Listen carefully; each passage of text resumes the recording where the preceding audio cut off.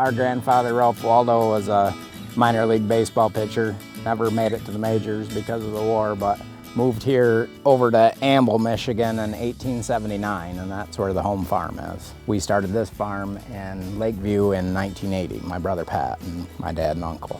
There's several different varieties of sweet corn. We grow, in particular, we grow 3 different varieties.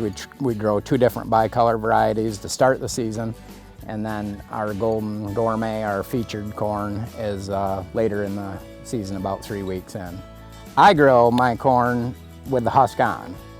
I leave it on the grill, I roll it around. If the outer leaves get a little burnt, it doesn't change it only enhances the flavor, if you ask me. A few minutes, it kind of steams itself inside the husk, and strip it down outside, leave the mess outside. And my brother, Pat, just had the idea to use a decommissioned propane tank, and how would we be able to fashion that into some kind of a corn sculpture? We joke around that, we're gonna submit it as an art prize installation. That's just a joke. But there isn't any moving that sculpture to Grand Rapids, I can tell you that. Everybody pitched in, welded on the thing, fabricated it from scratch, and painted it ourselves. We think it's pretty cool. So we use Altogas propane to heat our shop and our office. We use it to heat our homes, and we have a standby generator that runs on propane. My brothers and nephew, at one time we have 5 guys on the volunteer fire department here in Lakeview.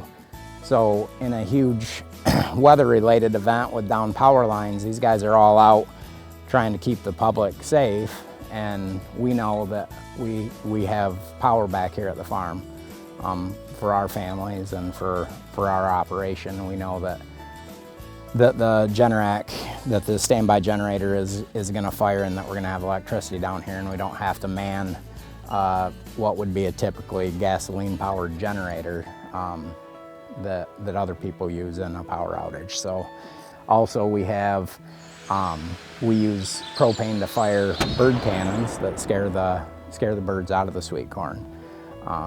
We have three cannons positioned around that we move over. We move around the sweet corn patch so the birds don't get accustomed to it. They're not really programmed. They're designed to fire randomly in different patterns because the birds will get conditioned to it.